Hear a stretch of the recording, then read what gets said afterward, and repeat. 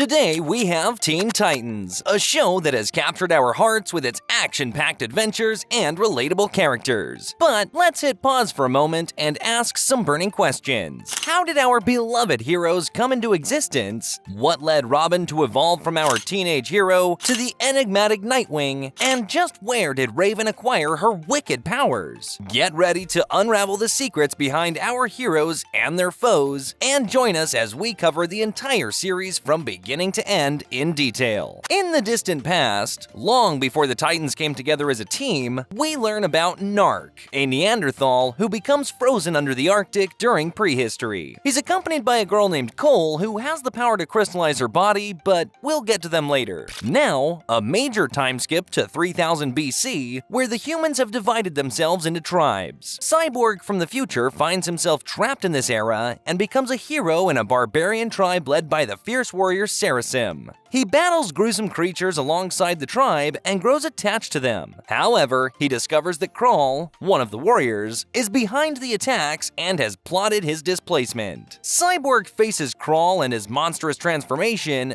but is overpowered. Fortunately, the tribe saves him and he decides to help them in their fight. Cyborg's power runs low, but he continues to fight valiantly. In the end, he professes his love to Sarasim and fights alongside her until Raven pulls him back to the present. Cyborg is left heartbroken, but finds solace in a book that reveals the tribe's victory and their appreciation for him as a hero. So, in a way, he was a hero even before he was born, and that is pretty darn cool if you ask me. Around the same time, we witness the rise of General Immortus, an immortal man who amasses an army and embarks on a centuries-spanning war spree across different eras and civilizations. From ancient Egypt to the Roman Empire, the Three Kingdoms in China, and even Japan's Sengoku period, General Immortus leaves a trail of chaos and destruction in his wake. Throughout these historical periods, he becomes a legendary and feared figure, etching his name in the annals of time. In medieval times, around 1000 AD, there was this epic showdown between a dragon called Malchior and a wizard named Rorik of Null. Rorik tried his magic moves, but the dragon's strength was just too much to handle. So, in a last-ditch effort, Rorik used a tricky spell to trap Malchior inside of a special book. Centuries later, that book conveniently lands into the hands of Raven.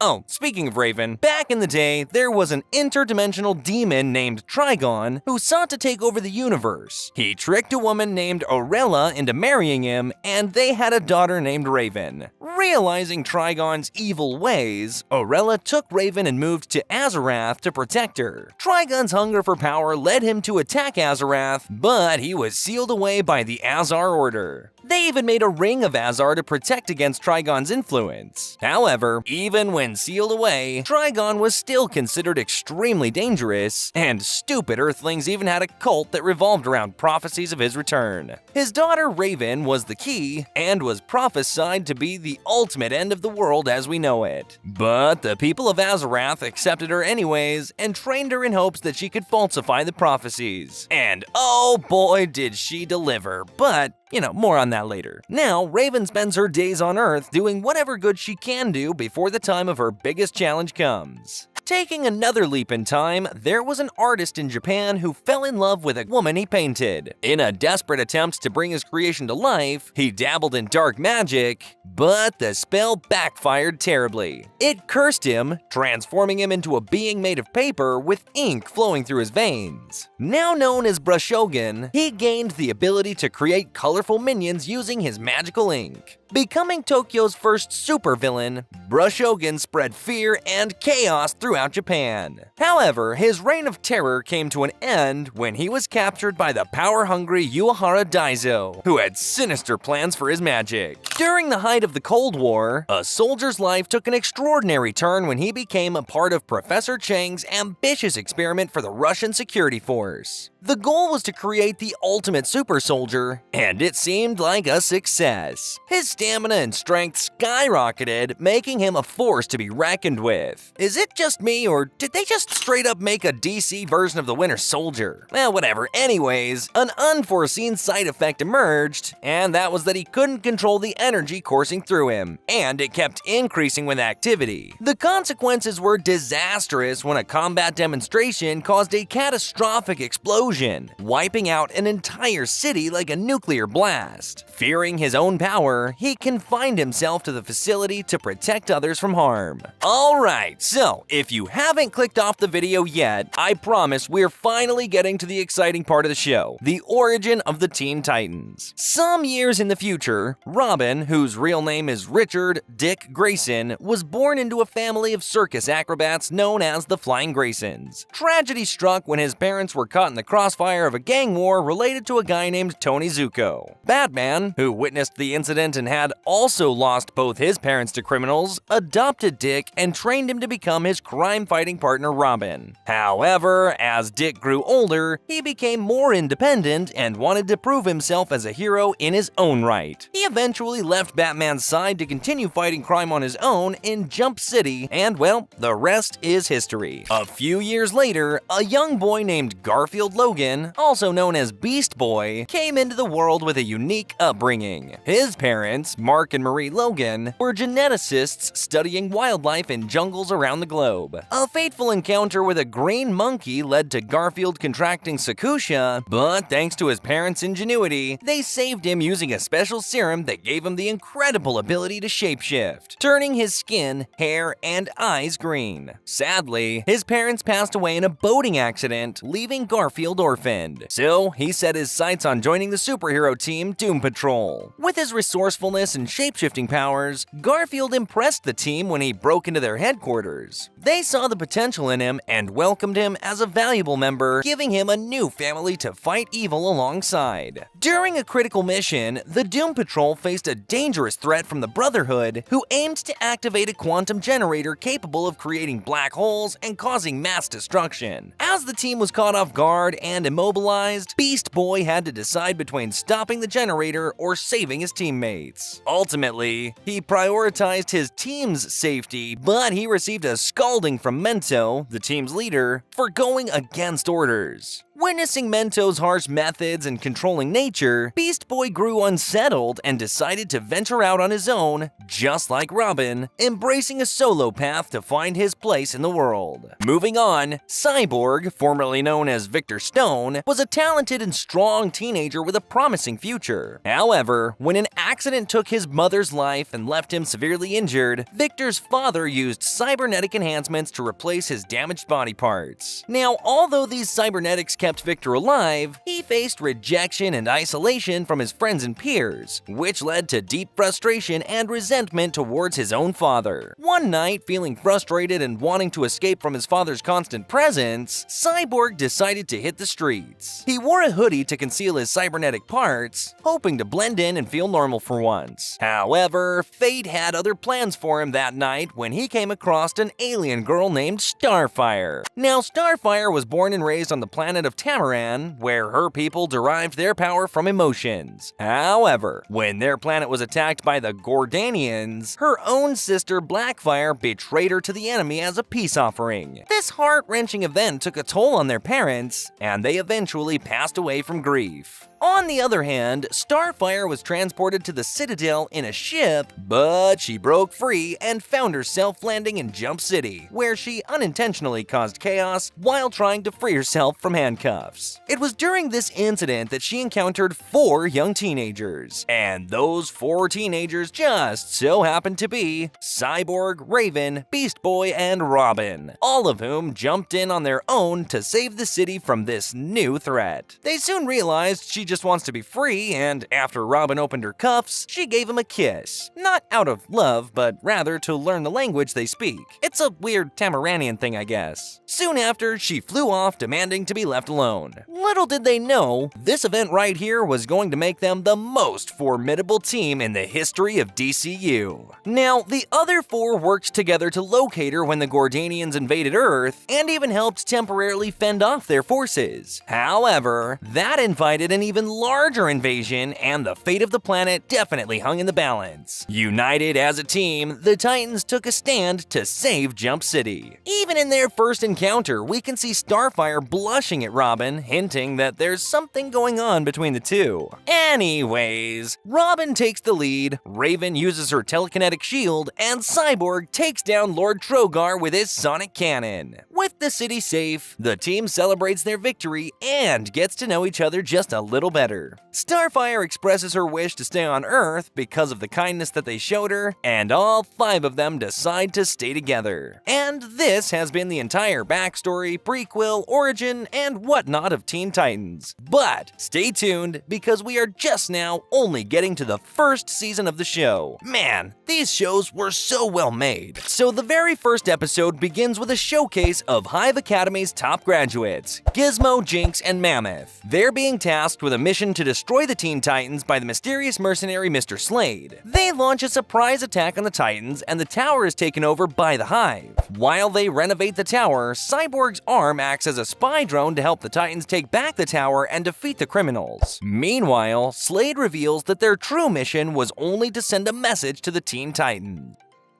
Visit to check up on her sister, but ends up stealing most of the attention, which makes Starfire feel irrelevant. To make matters worse, she visited Earth so her sister would be captured in her place for the crimes she's been committing. In the end, she gets captured, and Robin assures Starfire that she is valued and irreplaceable to the team. Oh, do I sense some potential love story coming up? Sometime later, the Titans face a prison break-in by the villain Cinderblock. They try to stop him, but the team gets beaten, and Cyborg, blaming Robin for the mishap, quits the team. Meanwhile, Slade teams up with Cinderblock to unleash a powerful monster named Plasmus. The Titans face Plasmus, but they struggle to defeat him until Cyborg returns just in time to help Robin. They of course reconcile and then work together to defeat Plasmus, but Slade is setting some other plans into motion. One night, the Titans face Thunder and Lightning, who are causing destruction for their own amusement. A mysterious stranger manipulates Thunder and Lightning into creating a fire monster, but they eventually realize the consequences of their actions. With the Titans' help, Thunder and Lightning manage to defeat the fire creature. After a battle, Robin discovers that the stranger was actually Slade in disguise, who manages to get away once again. The gang then encounters a new villain, Red X, who turns out to be Robin in disguise. He steals computer chips for Slade to get close to him, but the Titans are unaware of his secret identity. Robin's obsession with catching Slade leads to a rift with his teammates, who feel betrayed when they discover his double life. Despite his efforts, Robin still hasn't learned much about Slade, and the team worries that he's losing trust in them. The Titans learn about his plan to build a chronoton detonator and are set to find it. But Robin's anger leads to a rift with his teammates. They track Slade's locations, but it turns out to be a decoy, and Slade reveals his true plan to make Robin his apprentice. He has secretly implanted nanoscopic probes in the other Titans' bloodstreams and threatens to kill them if Robin disobeys. In the end, Robin agrees to become Slade's apprentice in order to save his friends. Now Slade is using Robin as a pawn, and the Titans decide to save him from Slade's control. However, the plan heavily backfires when he activates the probes. In a clever move, Robin injects himself with the probes too, and Slade is forced to give up because he doesn't want to kill Robin. In the end, they manage to defeat Slade and remove the probes, reaffirming their bond as a team. Season 1 then concludes with Slade making his escape, but don't worry, we will see him again. One day, Tara, a powerful and mysterious girl, shows up in Jump City and impresses the Teen Titans with her gravitational abilities, especially Beast Boy, who falls in love with her. When Slade appears and tries to recruit her as his apprentice, Tara's lack of control causes chaos. Eventually, she runs away, leaving the Titans to wonder about her true nature and destiny. Slade watches from the shadows, determined to have Tara on his side. Sometime later, Tara returns to the Teen Titans and proves that she's improved her kinetic powers. The Titans face a dangerous threat when Slade creates giant mechanical mechanical worm-like drills to sink Titan's tower underground. They're then saved by Terra's power and welcome her to the team. However, it appears that she's been hiding something from the group. Afterward, Beast Boy asks Terra out on a date, and they go to an abandoned theme park where they bond and form a romantic connection. However, it's revealed that Terra is secretly working with Slade, who attacks them during the date. The whole group, especially Beast Boy, is left heartbroken and devastated. Terra has now become Slade's new apprentice and is determined to destroy the Teen Titans. They realize that Terra's suit is what's allowing Slade to control her actions and attacks through a neural interface. Despite this, Beast Boy refuses to give up on Terra, believing that she's not truly evil. The Titans decide to give her one more chance, but she helps Slade take over the entire city. Eventually, Terra realizes the truth about Slade and tries to break free from his control. She fights against Slade, throws him into an active lava pit, and uses all of her power to save the city from a volcanic eruption. In the end, she does turn into stone, and the Titans honor her as a true friend,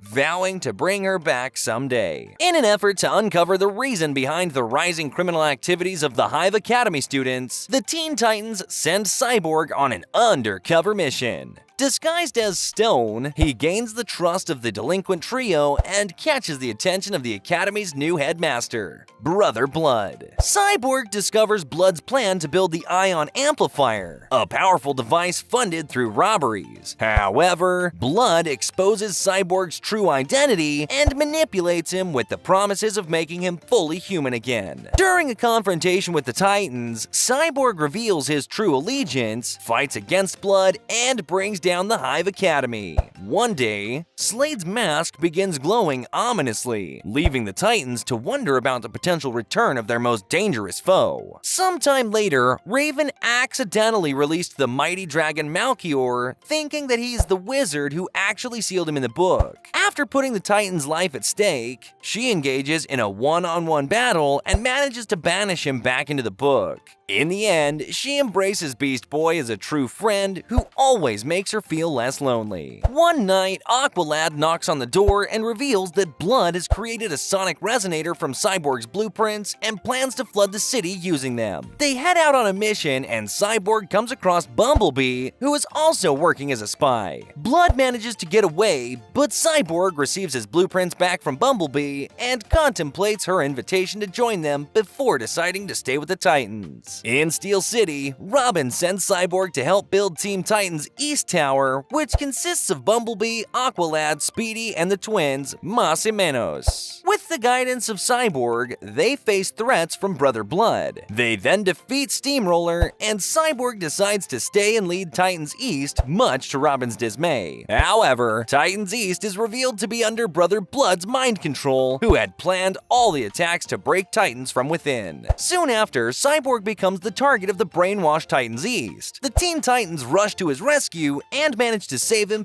from becoming one of the brainwashed soldiers. With Brother Blood defeated, the Titans East is freed from his control and Cyborg rejoins the Teen Titans. Season 3 then ends as Bumblebee takes role of Titans East new leader. Slade is back with new powers and plans to fulfill Raven's destiny by making her destroy the world. Turns out he's been revived by Trigon, who offers him his flesh and blood back if he agrees to help him. Anyways, he burns a mark on Raven's arm and tells her that the portal must be opened. Slade also claims that she will destroy the world, and Raven is horrified by a vision of a ruined world. Later, in a dark cave, Slade speaks to an evil force, confirming that the first task is complete and the prophecy will be fulfilled, leading to the end of the world of mortals. The Titans discover that Slade's symbol is the mark of Scath, and that it's connected to Raven's dark destiny. Raven reveals that she's the daughter of Trigon and the key to bringing him to Earth. Despite the dark prophecy, her teammates vow to prevent the end of the world. Slade informs Trigon of the prophecy, and the Titans prepare for a final battle to save the world from impending doom. Soon after, the Titans construct a quarantine room to protect her when the day arrives. However, Trigon manipulates her mind and makes her go with Slade to summon him. Slade now confronts confronts Trigon for his promised reward as he delivered Raven, but Trigon betrays him. Because why not? The Titans catch up to Raven, trying to convince her to change her fate, but it's to no avail. She sacrifices herself to open the portal, and Trigon emerges as the episode ends. Trigon has unleashed his destructive powers on Earth, turning everything to ruin and petrifying its inhabitants. The surviving Titans, with some of Raven's leftover powers, vow to keep fighting in her honor. But let's be real, they're no match for Trigon. Slade appears and offers to help them find a way to save Raven. Robin agrees to go, while the rest of the Titans stay to fight Trigon. As they journey underground, Robin encounters a young girl who looks like Raven, but is just 9 years old. Young Raven has no memory of her friends, but our hero is determined to make her remember things. On the other hand, Slade finds a large metal door which restores his human body when he blows it open. Above ground, Robin and a young Raven reunite with the rest. When Trigon knocks out the whole group, Raven's eyes begin to glow white, and she returns to her real age with a white glowing robe. Denying her ties with her evil father, she claims the Titans and the monks of Azarath are her real family, and launches one giant wave attack, which not only wipes Trigon, but also reverts the entire world back to normal. She embraces Robin for never giving up on her, and Season 4 concludes with the Titans celebrating their victory in their teen tower. After reversing the apocalypse, the Titans face a daunting challenge when Beast Boy's former team, the Doom Patrol, is captured by the Brotherhood of Evil. The Titans spring into action, and they unite their strength to confront the Brotherhood and put an end to their wicked plans. Soon after, the Brotherhood starts kidnapping young heroes, and the Titans have no choice but to rally up and put an end to their schemes. Madame Rouge, who masquerades as Hotspot, ultimately succeeds in obtaining a communicator from Robin, and the Brotherhood has now infiltrated into the Titans' communications. The Titans split up to equip the young heroes worldwide with Titans communicators, unaware that the villain Brain is using it to launch a coordinated attack against them. Each Titan faces their own fierce battle with the Brotherhood's allies, leaving them spread thin and vulnerable. Soon, Robin deduces Brain's plan and uses his communicator to short-circuit the rest, but he ends up captured along with several other Titans. Beast Boy and a group of honorary Titans rally together and form an effective team to take on the Brotherhood of Evil. They manage to capture Cinderblock and obtain valuable information about the Brotherhood's base. With unexpected reinforcements arriving, the Titans overpower the villains and free their captured teammates.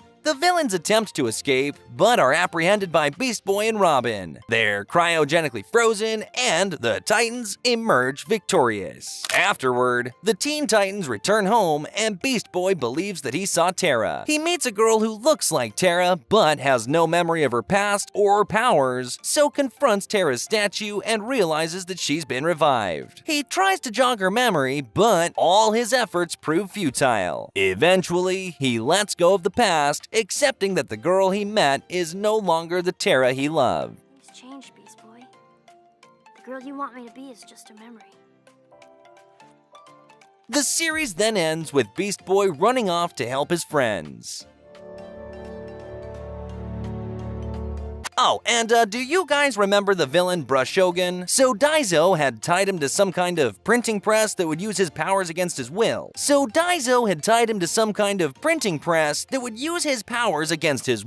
He would create villains and then stage their apprehension to gain applause from the public, meaning all this time, Brushogun was innocent. Brushogun meets his demise after being released from the press machine by Robin. As for Daizo, his crimes are exposed and he's put behind bars. And finally, after 5 epic seasons, Robin and Starfire express their feelings for each other and kiss, ending the series in the most perfect of fashions. Alright folks, this was the entire timeline of Teen Titans so far. If you enjoyed the video, please subscribe to the channel and click that bell icon for more similar content.